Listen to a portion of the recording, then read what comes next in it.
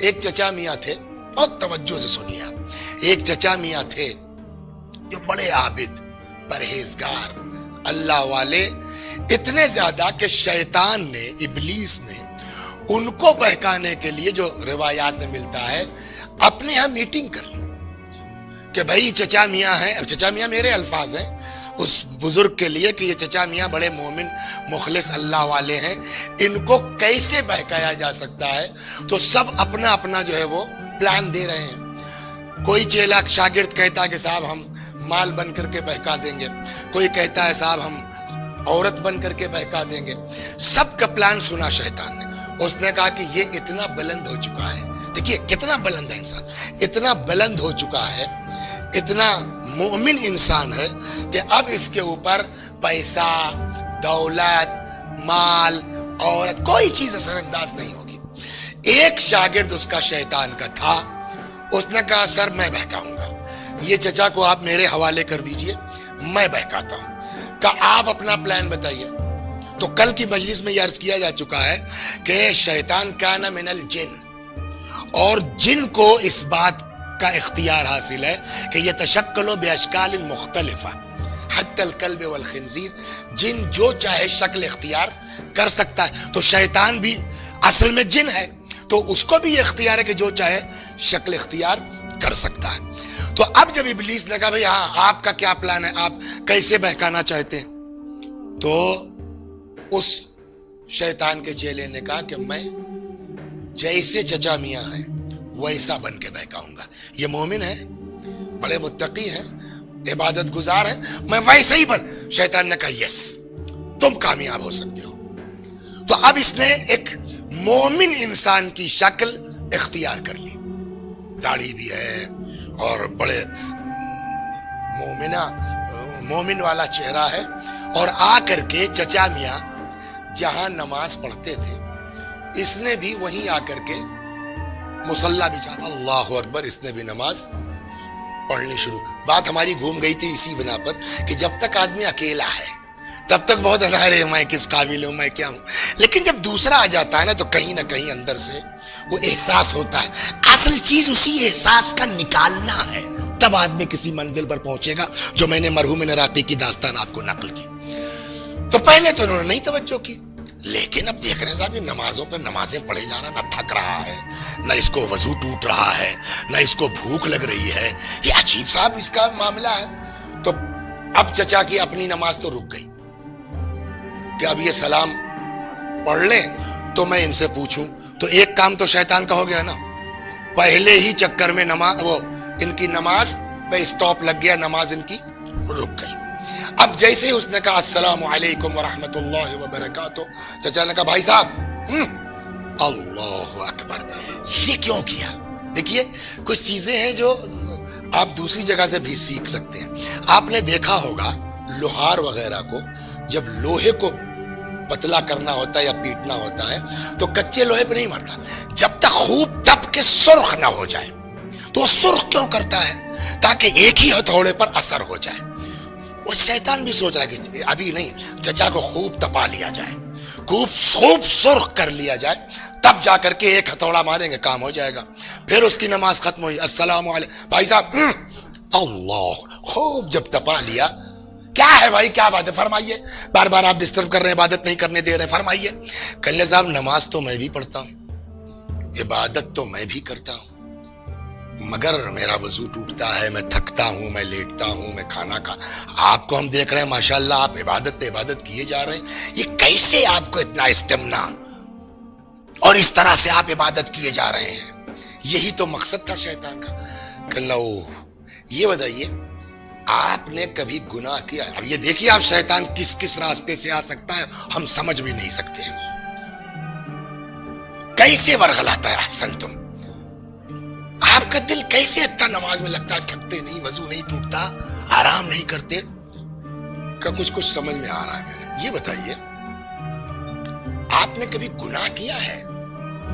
آپ دیکھیں کتنا بڑا آدمی ہے اس پورے مجمع میں انکلوڈنگ مائی سیلف۔ سوال یہ ہے ہم میں کوئی ہے جو یہ دعویٰ کرے ہم نے آج تک کوئی گناہ نہیں کیا ہے؟ لیکن وہ چچا میاں اتنے مرد مومن آدمی تھے جب شیطان نے کہا آپ نے کوئی گناہ کیا ہے؟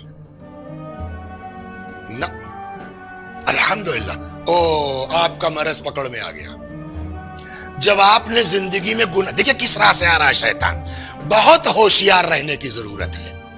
خدا تجھے اس محرم کا واسطہ ہے، حسین سلام اللہ علیہ کے اس عزا کا واسطہ ہے جس نے ہم کو سدھارنے کے لیے اتنی بڑی قربانی دی ہے. یا اللہ ہم کو ہوشیار کر دے، شیطان کے مقابلے میں ہم کو سمجھدار بنا دے. تب کیا آپ کو جو ہے وہ عبادت میں دل لگے گا جب گناہ ہی نہیں کیا ہے. مجھ سے پوچھئے، مجھ سے ایک گناہ ہو گیا ہے، ہر وقت ڈرا رہتا ہوں. اس گناہ کے تصور سے، جہنم کے ڈر سے عبادت، ایسی بات ہے کسی کی بھی آدمی کی سمجھ میں آئے گا نہیں آئے گا؟ انصاف سے بتائیے. چچا نے کہا تو بات تو صحیح ہے، تو ہم کیا کریں؟ آپ ہم کو بتائیے کوئی چھوٹا سا ہلکا پھلکا گناہ کوئی. دیکھیے اب لائن پہ لے آیا نا چچا کو، انٹرسٹ پیدا کر دیا. ایسا کوئی چھوٹا موٹا گناہ بتائیے، چیپ اینڈ بیسٹ، ہلکے پھلکے میں کام چل جائے. اس نے کہا یہ کر لو.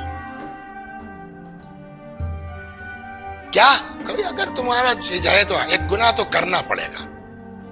اس نے ان کو مشورہ جانتے کہے گا دے دیا، زنا کا. بوڑھے آدمی، بزرگ آدمی سمجھا لے گیا شیطان. اور یہی ہے، دعا کرے کہ اللہ شیطان کو پہچاننے کی صلاحیت عطا کرے. اب آ رہی بات، یہ چلے گئے صاحب وہاں مرکز گناہ پر، گناہوں کے اڈے پر. یہ مشہور عابد مومن وہاں تو ہڑکم مچ گئی، اور یہ فلانے چاہ گئے ہیں. تو وہ سب ڈر گئے صاحب، تبلیغ کے لیے آئے ہوں گے، سمجھانے کے لیے آئے ہوں گے. تو وہ جو اس اڈے کی سربراہ تھی، بڑے پردے وردے بڑے مؤدب، وہ سمجھی تبلیغ کرنے آئے ہوں گے. جی فرمائیے کیسے زحمت کی آپ نے؟ کیسے کہ جیسے سب آتے ہیں. اب وہ آئے، کیا کہہ رہے ہیں آپ؟ یہ آپ جیسے شریفوں کی آپ کو کیا ہنسی ہے؟ یہ بڑھوتی میں کر لگے. بھائی اصل میں معاملہ یہ ہے کہ میرا دل جو ہے وہ عبادت میں نہیں لگتا. تو گناہ کرنے سے عبادت میں دل لگنے لگے گا. چچا کیسی بات کر رہے ہیں آپ؟ یہ کس نے سمجھا دیا آپ کو؟ تو چچا نے کہا وہ عبادت خانے میں ایک بزرگ تھے، بڑے مومن آدمی تھے، وہ بتا رہے تھے. یہ بغل سے چلے آئے، شیطان کو نہیں پہچان پائے. وہ گناہوں کے اڈے پہ بیٹھی ہے، سن کے پہچان گئی. اسی لیے میں کہہ رہا ہوں دعا کیجئے کہ اللہ شیطان کی شناخت عطا کرے. چچا کیسی بات کرتے ہیں؟ وہ شیطان تھا، عابد نہیں ہے. کیسے کیسے کیسے؟ اب تو بڑے مومن آدمی کیا نماز پڑھتے ہیں. کہ آسان پہچان ہے، کوئی مومن آدمی کسی دوسرے مومن کو گناہ پر آمادہ نہیں کر سکتا. یہ عقلی بات ہے. اگر کوئی کسی کو گناہ کی طرف بلا رہا ہے، سیدھی بات ہے کہ وہ شیطان ہے. لہذا یہاں رک کے، داستان روک کے اپنے بچوں کو یہ پیغام دے دیں. آپ اسکول جاتے ہیں الحمدللہ، آپ کالج جاتے ہیں الحمدللہ، آپ یونیورسٹی جاتے ہیں الحمدللہ. خوب محنت کیجئے، وہاں آپ کے دوست ہوں گے، وہاں آپ کے چاہنے والے ہوں گے. لیکن ہوش میں رہیے گا کہ اگر کسی بھی چاہے جتنا جگری دوست ہو، اگر کسی دوست نے رائے دی کہ میں لو یار اتنے میں کیا جاتا ہے، یہ کر لو، فوراً سمجھ لینا یہ دوست نہیں ہے. دوست کے اندر شیطان گھس چکا ہے. اس لیے کہ دوست کبھی کسی دوست کو گناہ کی رائے نہیں دے گا، گناہ کا مشورہ نہیں. یہ پہلی علامت ہے. اب ایسی بات گئی کہ اس کی بات بھی چچا سے کاٹتے نہیں بن رہی ہے. مگر دیکھنے میں تو بڑے مومن ہے. کل اچھا چلیے آئیے میں آپ سے پوچھتی ہوں، کیا سمجھایا اس نے کہ آپ گناہ کر لیے تو عبادت میں دل لگے گا؟ کہاں؟ کہا آپ بتائیے گارنٹی ہے کہ گناہ کے بعد زندہ رہیں گے آپ توبہ کے لیے، عبادت کے لیے؟ اگر دوران گناہ مر گئے تو کیا ہوگا؟ اب یہ چونکہ ارے اس پر تو غور ہی نہیں کیا، یہ تو سوچا ہی نہیں تھا ہم نے. کہا تو چلیے مان لیا آپ زندہ رہ گئے، تو ابھی تک تو گناہ کا چسکا نہیں لگا تھا نا. ایک گناہ کر لیا آپ نے، اللہ نے آپ کو توبہ کی توفیق نہیں دی تو گناہ پر دوسرا گناہ کریں، پھر تیسرا، پھر دلدل میں پھنستے چلے آئے آپ گناہ کی. کہا یہ بھی صحیح ہے. کہا چلیے ہم نے مان لیا آپ زندہ رہ گئے اور آپ نے توبہ بھی کی. کون سی گارنٹی ہے کہ آپ کی توبہ ایکسپٹ ہو جائے گی؟ اس لیے کہ آپ جان بوجھ سے گناہ کرنے آئے ہیں نا، چھٹکے میں تو ہوا نہیں ہے. تو کہاں سے آپ کو پاس گارنٹی اور ضمانت ہے کہ آپ کا گناہ معافی ہو جائے گا؟ پھر کہتی چلیے مان لیا آپ زندہ رہ گئے، دوبارہ گناہ نہیں کیا. آپ کو توفیق توبہ بھی مل گئی, آپ کی توبہ قبول بھی ہو گئی. یہ بتائیے چچا, نیا کپڑا جس میں کوئی داغ دھبا نہ ہو وہ بہتر ہے, یا داغ لگ گیا ہو کاٹ کے اس کو رفو کیا گیا ہو وہ بہتر ہے؟ کہ بات تو تمہاری صحیح ہے, کہ مگر وہ کتنے مومن دکھ رہے تھے شکل سے, کیا کہ واپس جائیے آپ, اگر وہ مل جائے تو کہیے آپ. کیوں کہ شیطان کی دوسری پہچان یہ ہے, راز فاش ہونے کے بعد نظر نہیں آتا ہے. صلوات بر محمد, یہ بھی پہچان ہے. اللہ کتنا کریم ہے اپنے بندوں پر, یہ بھی دیکھیے آپ نے ساتھ ساتھ. وہ آئے تھے گناہ کرنے کے لیے, ایک گناہگار عورت نے یہ سوچ لیا کہ ہم تو مجرم ہی ہیں, یہ بیچارہ اللہ کا بندہ, اس کو کیوں پھنسنے دے, کہ آپ جائیے. وہ چلا گیا عابد. ادھر وہ عابد نکلا, ادھر اللہ نے ملک الموت کو حکم دیا اس عورت کی روح قبض کر لو, اب یہ گناہ نہ کرنے پائے. مر گئی وہ عورت. اس زمانے کے جو پیغمبر تھے شاید حضرت موسیٰ,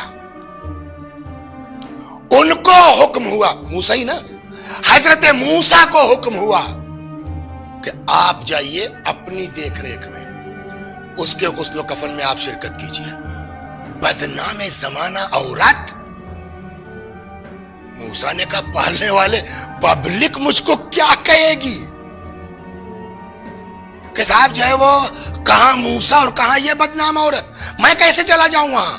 آواز قدرت آئی, موسیٰ ٹھیک ہے وہ عورت گناہگار تھی, لیکن اس کو میں نے اتنا مرتبہ اس لیے دیا کہ اس نے میرے ایک ایسے بندے کو, توجہ ہے کون سی بڑی کتنی زبردست بات ہے, لہذا یہ بھی سوچیں کہ ممبروں پر ہماری ذمہ داری کیا ہے. یہ جو مجلسیں ہو رہی ہیں نا, اللہ اکبر,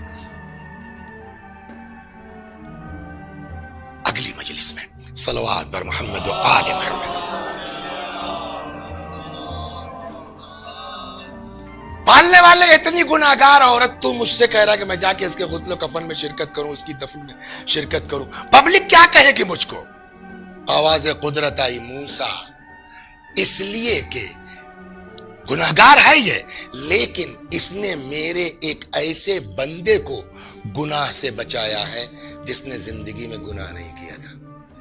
تو سمجھ میں آیا, خود گناہ نہ کرنا بہت بڑی بات ہے, لیکن اگر اللہ کسی کو توفیق دے دے, کسی بندہ خدا کو اگر گناہ سے روک لے, تو یہ بھی معمولی مرتبہ نہیں ہے نا.